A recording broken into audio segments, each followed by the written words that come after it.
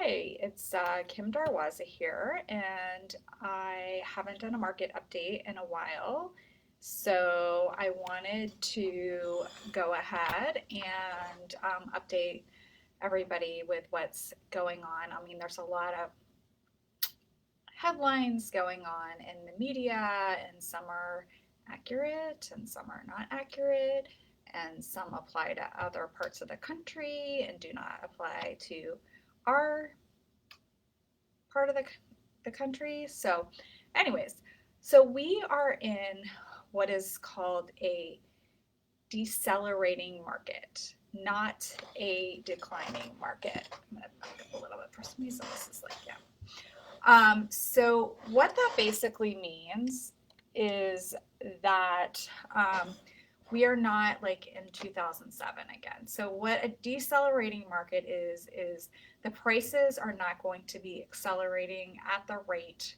that they have been accelerating at for the last couple years. But we're not really in a depreciating market. So for instance, I had a listing. Somebody thought that they would bring an offer for $30,000 below list and then ask for 3% in closing costs, which would be like another $30,000 after the house had been on the market for a week and the house was priced appropriately for the market. So obviously we basically said no thank you and didn't even bother to counter, because that's, you always have those people that are fishing to see, what they can get away with, and this is not a fire sale. And their agent was like, that's not what I told them to write, but they were talking to cousin Johnny, and cousin Johnny's not in real estate, but for whatever reason everyone feels like they need to talk to other people or someone they know in their family who sells 3 houses a year in Oklahoma, will give them advice, and it's not relevant to the Northern Virginia market. So I think a lot of newer agents also, they sort of freak out in this kind of market. I mean, I've been doing this for over 18 years. I've been in a market like this before. July and August historically are the two slower months of the year after November and December. So I have had years where I have had an open house in July and August and not a soul has shown up.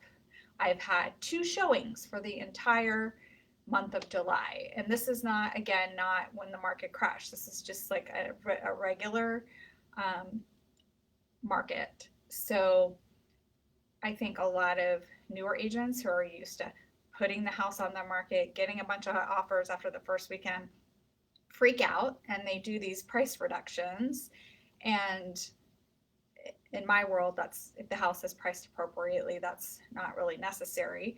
I had multiple properties where, yes, it sat on the market for 14, 21 days recently, and we got full price offers. Maybe they asked for a little concessions, maybe they asked for homes inspection items. People are able to do inspections again.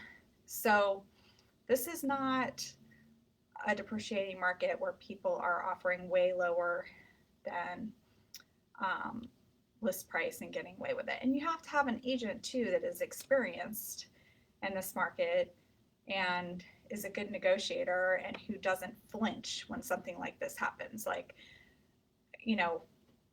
one of the ones I was talking about, the agent was like, oh yeah, my clients have to make a decision in 2 weeks. They have to do something because they have to be. And I'm like, well, you just told me a major piece of information. So we just, they would like counter and we'd stick to our guns. And eventually I knew within 2 weeks that we would, resolve, get to closer to what we wanted. So you just have to have an agent that is basically has experience, has been in this market, knows what to do, or is smart enough, like what I did when I, because we all don't wake up with, 15, 18, 20 years of experience.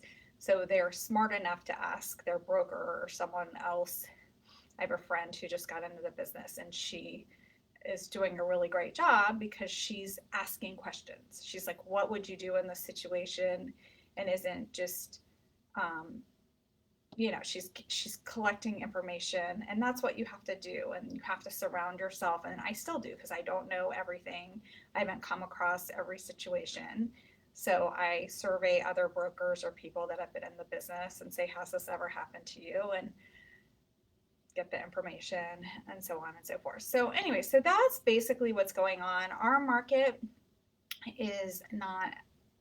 was not affected as much in previous markets by crashing prices, just because we have a very strong job market here and low unemployment. So that's another factor. And also, historically, right after Labor Day weekend, we have what I call a mini spring season. So that's coming up. So it will be interesting to see what happens during that time, if things pick up a little bit, because people are always moving in and out of the area, getting divorced, all sorts of transfers.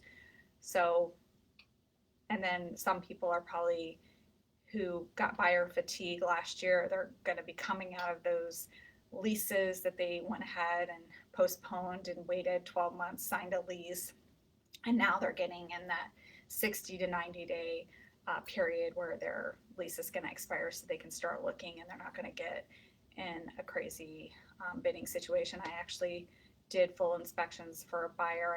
It was so nice. I wrote an offer on a property. There were not multiple offers. We got full inspections. We got a reasonable price. We got home inspection items fixed.